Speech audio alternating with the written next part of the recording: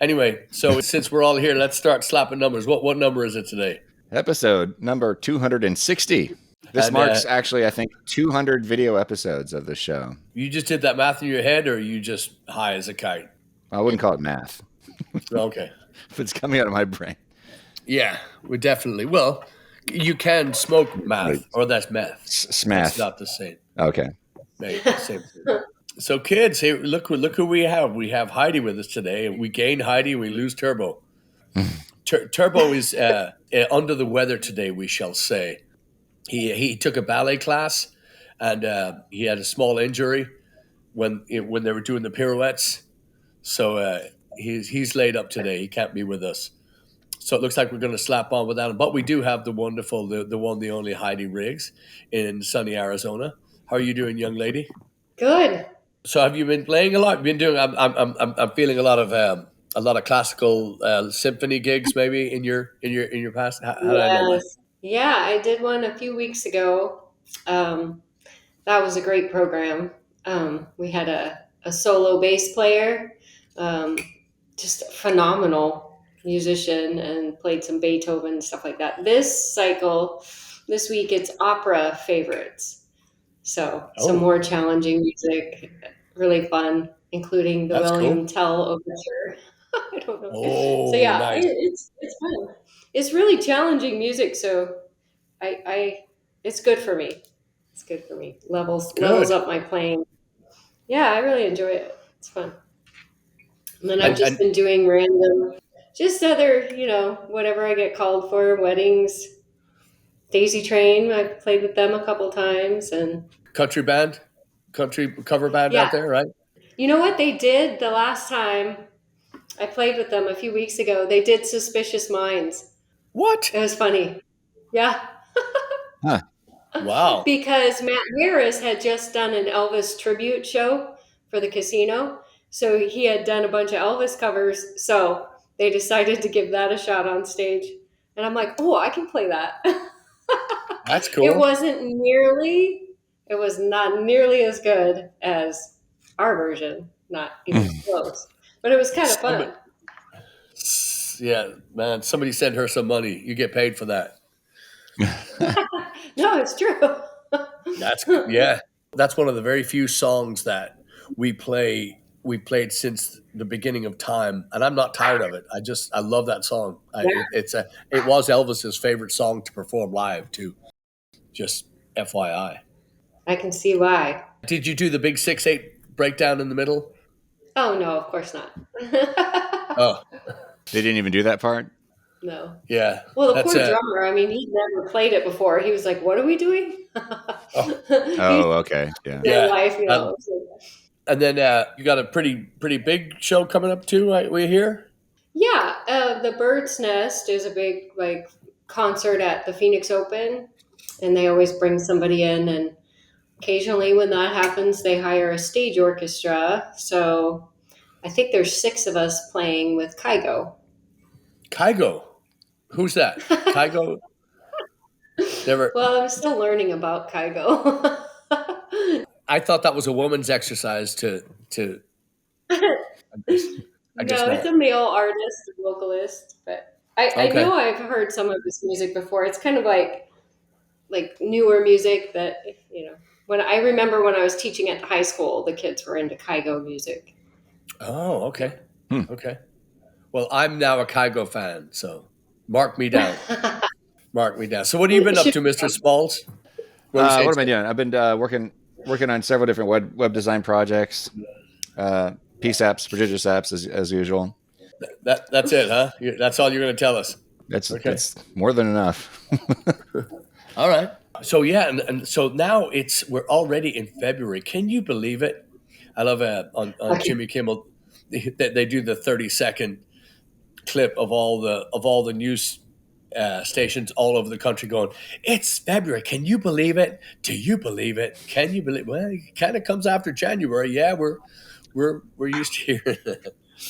But it is February now, and since it's Slapper Day 260, we at the end of this month we're going to be driving out again to Arizona to see you, Miss Heide Riggs. So Yay. Looking forward to that. been way too long. You were well missed at the. We played up in Dallas last weekend, a place called the Wounded Ostrich, and a bunch Saw of that. your people were there. Great club, really really fun. We had a lot of people. Where's Heidi? Where's Heidi? Well, Oh, she's there. She's in Phoenix, so. Um, and then A great crowd, great turnout, which we already talked yeah, about last week. But yeah, we were stunned at just how what a great time it was. yeah, It was one of those things where we got there and it was, there were some people sitting at the bar. It was, kind of, I wouldn't say dead. It was just like kind of relaxed. And by the time we sound checked and we came back out of the green room, the place was packed oh, from nice. front to back with people who had been seeing us at all the different festivals we've done in the Dallas area the past several years, but also a lot of relocated Aggies who've graduated and moved on. And especially since the bar is co-owned by an Aggie, it just felt like an extension of O'Bannon's, basically. Just the warmth that we were getting from the crowd and everything. It was just really, really great. That's awesome. Yeah. Great. Yeah. we actually played the war hymn. Yeah. Which is not a regular occurrence by any. But we're trying to. I think we've only ever played it 2 times outside of O'Bannon's. Might be It was right. and it was nice too because we had some friends in from Austin that were there. They were not impressed. Yeah. They were doing the horns at us. Yeah. Sorry. And speaking of sawing them off, I did talk to a young Chris Steele yesterday from O'Bannon's, where we will be happily jumping around on Paddy's Day 2024 this year, next month. Yeah. 1 month away. Wow. We were talking to Chris yesterday about Paddy's Day, so he's already got the sound and the lights and everything down. I asked him if we could do a small segment on here, and he said thumbs up, horns off. So he is very, very, very. I love that place. I could. I was going to say I could live in College Station now. That's cool. I'd get into, I'd get into trouble. I went into too much trouble, but my God, what a. So if you haven't heard, if you don't know, Paddy's Day O'Bannon's is probably the only place I know of. Is probably the only place I've heard of. We've been doing this. 2024 for Blaggards is going to be. This is our 20th year, 20, and in all my time, even my many years before that, I've never heard of a place that doesn't do a cover charge on Paddy's Day. O'Bannon's does not do a cover charge. Well, how do they do that? I do not. It baffles me. He puts a tent over the street and no cover charge, and it's just 7 a.m. to 2 a.m. and it's just throwdown. It's just fantastic.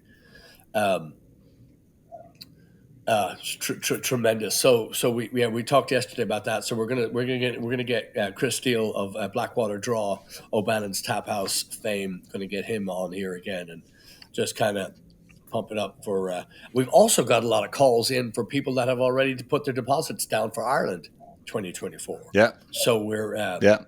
that's coming along quickly. Yeah. Oh, there were several people who jumped on it immediately after we announced it. Yeah. So yeah, I'm so excited. Yeah. So it's gonna be good. It's gonna be epic, as the kids say.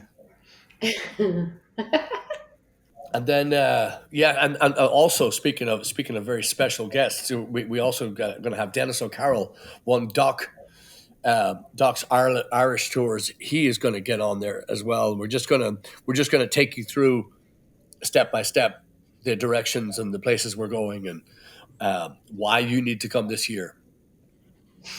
So that's coming up too. And then because of Slapper Day 260, that means that you've probably missed 12th Street Bar in Huntsville on last Friday, and then Saturday, Beaumont at the Log On Cafe. 2 fantastic clubs that we definitely don't get there enough, but that's because the road is quite long and winding, and we haven't got the time. I guess we could do franchises. I guess we could do Blaggards franchises and just have you know, a set list, and just have different bands all over the place doing it. That way we could get everywhere all the time. Okay. Um, is the Spasmatics, is that the only band that you know of that does that, or is there other bands that do that? I can't think of any. That's a legitimate thing. Where the Spasmatics, it's a cover. I thought it was the one cover band, and they play to backing tracks, which is always fantastic. They have the same set list and the same ish moves and stuff like that. They do the same. One wears a crash helmet. One dressed like they're dressed like geeks, I guess, with the black glasses with the tape in the middle, and they do all the 80s hits, and it's a very entertaining show. We played with them one time in Bryan College Station. We did an event there with them, and I was blown away. I didn't know, because we're playing as well, so we're getting ready and whatnot. And I told the sound guy, I was standing with him, I was going, man, these guys are really good. And he took the headphone off and he goes, don't be impressed. He goes, this is all backing tracks. And he played me he just muted the main microphones that were on the stage, and it wasn't everything. The guitar was live, and I forget what else. There was guitar and maybe a vocal or something, but everything was on backing track. And I was like, oh my God. So it was just, it was this big mime. This big, Yeah. So anyway, that was the franchise thing that I'm talking about, where they have the same characters in different cities and in different areas. It's like a stage show. It's like that's being put on, a production that's being put on in different towns, being Pantomime. presented as if it's a band, which is a lie. Yeah, yeah. I mean, the great. That kind of stuff. Great. I thought the set list was really good. I thought it was really well. I mean, obviously a lot of thought gone into it, and I mean, the bands that I've seen play around town could do that stuff, no problem. I don't understand why it has to be a backing. Why it couldn't be. I mean, I guess quality control too. You don't want to have a band that could do two or three things really well and then fuck up the rest of the thing. But yeah, it was very, very strange. It's just a strange concept to me. All I can think of is in relation to that are these older bands that are now touring, like, I don't know, like the Doobie Brothers and so forth, who have no original members left.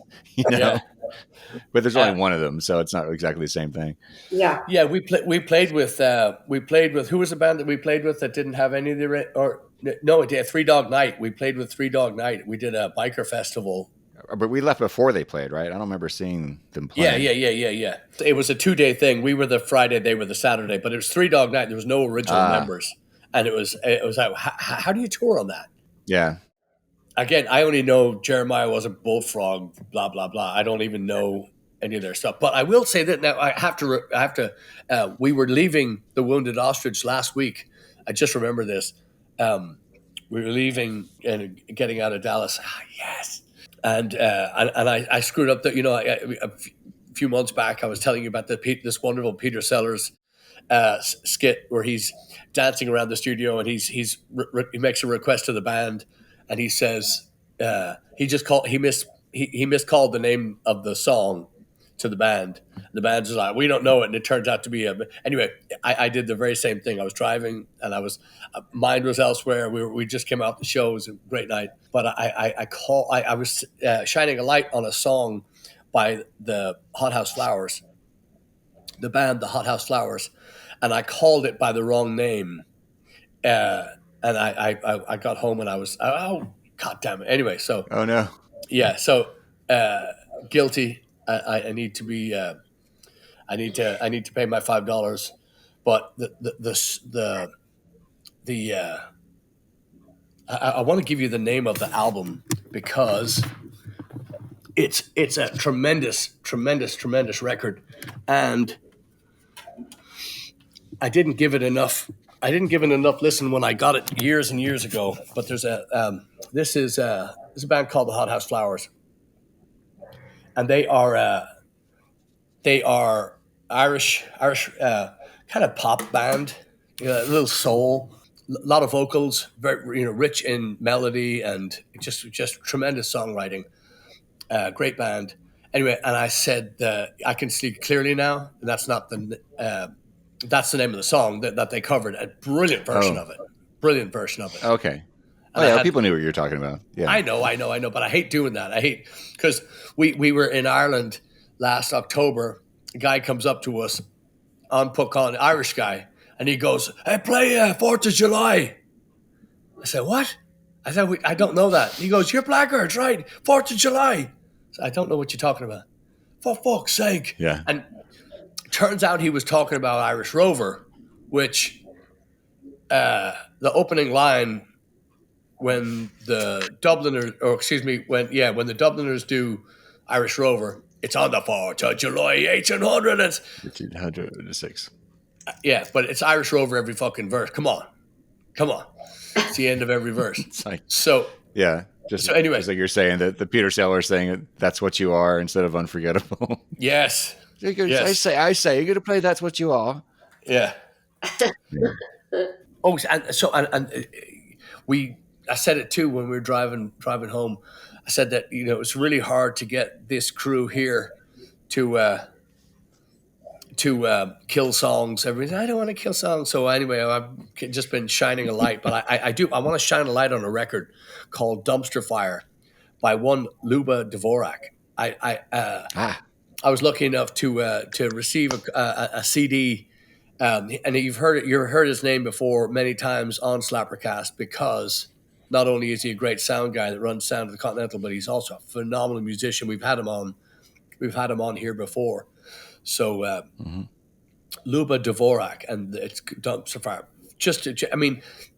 If you take a Steve Earle, a Dwight Yoakam, a kind of put a little bit of flash on it.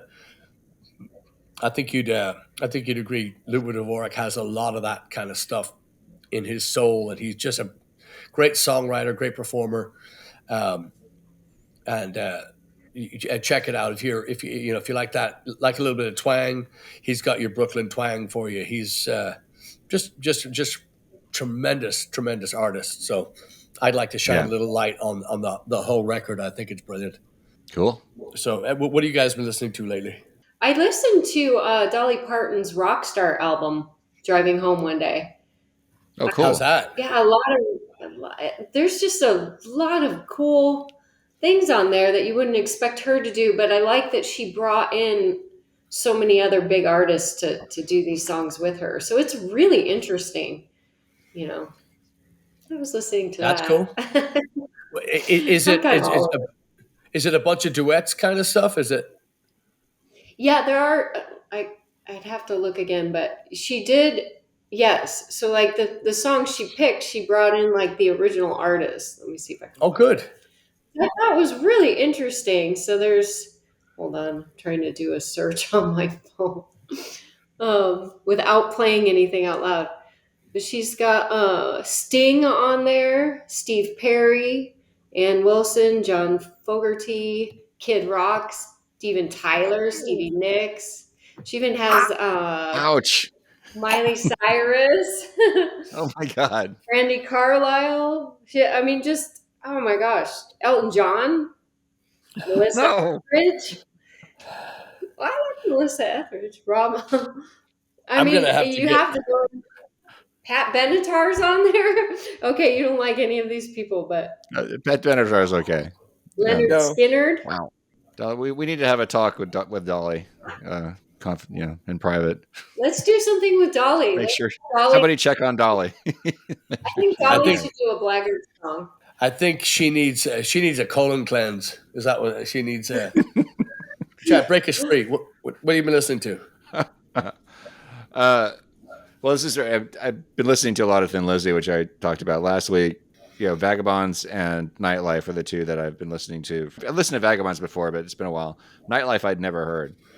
And right off the bat, the very first song is so good. It's so good. And I'd never heard it before. She Knows. Yeah.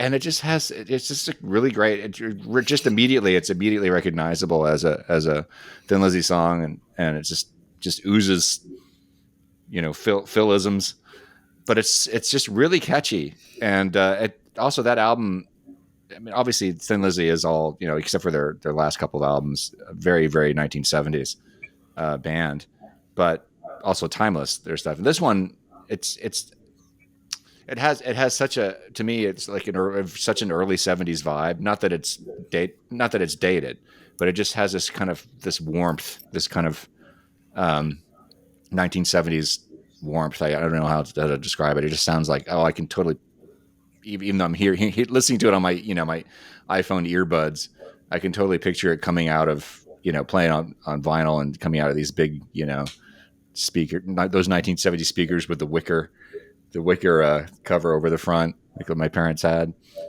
It just has that vibe to it. It's anyway, going down a rabbit hole here. I like So I'm that. listening to that. Sorry, what'd you say? No, I like that She Knows song. Yeah. I think it's an underrated tune. The album itself, I think, is underrated of theirs. Yeah, So, there's so much. I know what you mean by the timeless too. I've always thought that about a lot of their stuff. But Phil's solo work, to me, always kind of has that '80s stamp on it. Always has that very, that very shiny, candy coated, feel to it, without being, naff. Without being, right. soupy or just good stuff, just really good stuff. And speaking of that, so let me ask you this: new record, 2024, Blaggards cover song, just off the top of your head,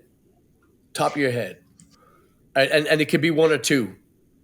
What would you think? Black Rose.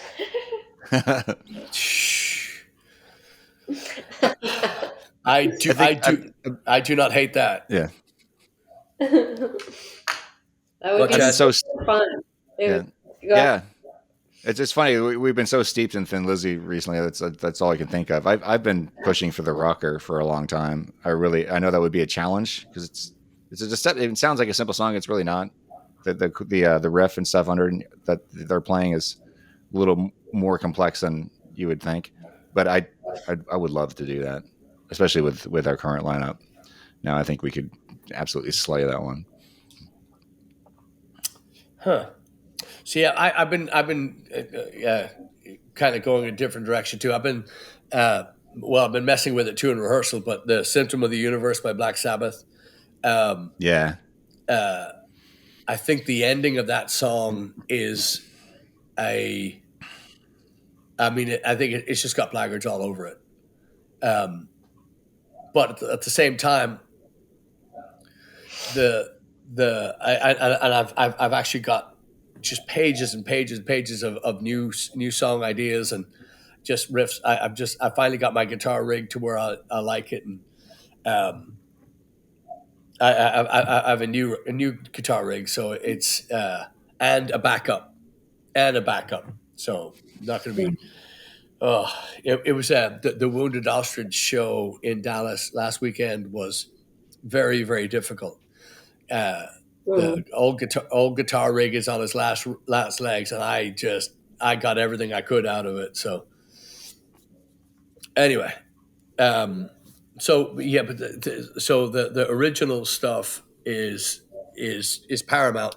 But I really would like to put I'd like to put a well-known cover on there, but I'd also like to do an obscure, be it a Black Rose or the Rocker or a, even we joked about Little Less Conversation by Elvis or Trouble by Elvis or just a couple of these different numbers that just eating me alive. Just trying to just to come up with a good version of it, but at the same time not just you just don't want to do it. You just don't want to carbon copy it and stick it out. You want to put a little bit of thought into it, have a little fun with it. Yeah, that's me. Didn't you talk one time about doing an ABBA song? Always. Oh, that's another one. Yeah, Waterloo was my. Oh my God. Yeah, Waterloo. Yeah. That would be fun. Yeah, it would. Yeah, it would. Well, I guess the next step, the next question, and love to know what people hear on SlapperCast, not just on episode 260, but just in general, what people would want to hear us cover. And we talked about Bee Gees as well. We talked about doing um, God, what was the well the God, it's funny, man. And just recently, just in the past few months, I'm trying to think of these songs. I know the song, but I can't get the title. So, um, Yeah. oh my God, Sticks and what's the other one? Sticks and anyway, there's quite a few Bee Gees numbers that. And the Prince, "When You Were Mine," I love that song. I think Yeah. we could do a smoking version of that. But I would love to know Yeah. what Slapperland would like to hear. And because I mean, if imagine if we got enough responses on it, we could kind of whittle it down to have a Mhm. kind of fine tune that one the biggest request and go for that. So we'd love Yeah, to it hear seems it. like people often ask us, "Oh, have you guys ever covered this?" or "You guys need to cover this." So I bet there's some really great suggestions out there. There is great suggestions. There's also the worst suggestion. I'm going to give you my worst suggestion ever, ever, ever, ever, Okay. ever. That people, and to this day, they'll still request it. And now, because I'm saying it, it'll probably be requested more. But the worst suggestion that you can possibly ask for, because I didn't know what the song was, and then I heard it by accident one day, and it was probably at a Bucky's or somewhere, where I was being, taken advantage of. But it's a song called "If You're Gonna Play in Texas, You Gotta Have a Fiddle in the Band." Oh my God! If you want to punch something, if you want to choke a kitten, or you want to you just want to hurt something, listen to that fucking song. It's awful. I don't know who sings it. I don't know. It's fucking awful. It's terrible. I was thinking, okay, well, it's Yeah, got to be like do you know the song? people Who? always refer to that song when there's a fiddle in the band. Yeah, It's who like, sings oh, it? I don't Do you know who sings know. it? I don't Oh, remember. good. That's probably a good I don't thing. want to look it up. Don't look it up, Yeah. because if you put that shit on your phone, then your phone's going to say, you have no taste. Here's You know some. what? It reminds me of is we were when we were setting up at Home Sweet Farm in Brenham a couple shows ago recently, and the place next to us is playing all this really bad country, and one of them was some song about barbecue. Do you remember that? We Yeah, were all looking at each other, going, They're "Oh, this one's getting killed." yeah. Yeah, it was just like they just wrote a commercial. Basically, it's like, God, it's just disgusting. um, You really can't think of anything to write about, so it's write about barbecue. Well, trucks, they're Jesus probably Christ. they're probably getting truck. laid. So they're probably getting laid so much that they just can't they just can't think about anything else but dinner. They're just it, it, it's there are definite cop out songs. I do not like the song "Devil Went Down to Georgia." I'm not a Charlie Daniels fan. However, the I do see the attraction to this song. I understand why it's a good song to play. We actually we used to get quite a large reception when we played that song, and I didn't think that we played it poorly. I thought we played it okay, but uh, it's really nothing to it. I mean, it's not a great number. It's not a and it's as a performer, it's just there's nothing. There's no great lyric and there's no great sentiment. There's nothing really behind it. So, but I do understand why people like it. So I'm not knocking it. But the "Gotta Be in Mhm. Texas" or "Have a Fiddle" or whatever the fuck it's called. Uh, there's the only redeeming quality of that is that I'd never have to hear it again. You know, and as long as there's an exit, I'll be free of it. But wow, it's just terrible. It's kind of like the request that it's all the time. Country roads. Ugh. We just played it. Did you play Yeah, it? yeah. I don't know it, but we played the chorus for about half an hour. Yeah. Remember those rugby players in Nashville that were trying to sing? That's my Welsh, most recent memory of that song. Oh, yeah. the Welsh. Yeah, Oh yes, yeah, yes, the one. yeah. Just and again, for those that don't know, this is the Reader's Digest version. But we was right before we did Delilah, I believe.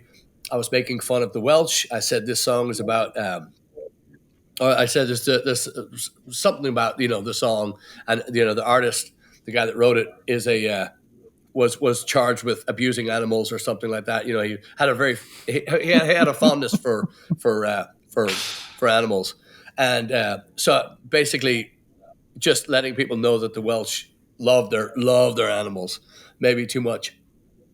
And it had only been a few minutes, and this fucking bus pulls up with the Welsh rugby team, and these guys, one of these guys was about as big as all of us standing shoulder to shoulder. I mean, they were, and the owner decides to get up on the mic and go, "Oh, and by the way, this guy was ragging on the Welsh." So Yeah. good night. They were totally they were totally cool, those guys. But yeah, as we're leaving, They were fun. as we're packing up and loading out, they were all doing their drunken sing along. Was that one of the ones that they did? Was Country Roads? Is that Yeah. point? Is that when they did that? Yeah. And I think they Yeah. went through about 5 or 6 keys as they. Yeah. I was just going to say that. I was just going to say that. It was comical. They did it in every major and minor key available to at the same time. It was crazy. As I recall too, that the guy, it was like, I guess one of the coaches was up there trying to lead the guys, and the guys generally really weren't interested. They just wanted to drink. He kind of come on, like they sang one song and they went away, and then he had to make him come back. It's kind of funny. Yeah, they're very, very low key. I mean, they're totally cool, but they were not troublemaking Welsh rugby players. They were all very well behaved. Yeah, they were fun. That was a place called the Lost Paddy in Nashville, and the only time that I've ever come across rugby players that were just fucking tedious was in Austin. The rugby team that used to drink at Fido were just fucking tiresome. They would sing the same shit every fucking, and every single one of them wanted stupid shit. Yeah, the dumbest shit you've ever heard. And we were saying that too. Like we should that rugby team needs to take notes from this guy, because they were these guys were singing like Neil Diamond and actual music instead of the kid songs that the Austin rugby team was playing. Yeah. Yeah. We came into a mountain. We couldn't go through it. So we couldn't go over it. We couldn't go around it. We couldn't go under it. So we had to go through it. We are warriors. It seemed like that would just go on for hours. That's been burned into my brain for the dozens of times we heard that. Boy, I see that. we would show up to set up, and we were like, God, I hope those guys aren't there. And they were, and we'd have to listen to that for like an hour while we were setting up our gear whenever they were there. Yeah. So fuck. Anyway, I think we've slapped. I think we've overslapped. It's we're coming on an hour, 50 minutes. So why don't we let these good folks get it? But we end of this month, end of February, we're going to be out in Arizona. Then we're going to be on our way to California. We're going to be doing just a lot of miles. So you might want to check out our website, and let us know below if you have any suggestions for cover songs for this new record. Yeah, we're going to have a new record very, very soon. And then and then also keep an eye out too. We're going to have Doc back on here. We're going to be talking about the tour. We're going to have Chris Steele on here. We're going to be talking about Paddy's Day in College Station, and just a bunch of really cool stuff going on as usual. And next week we'll have Turbo back in the saddle. He's going to be hopefully recovered from that ballet injury.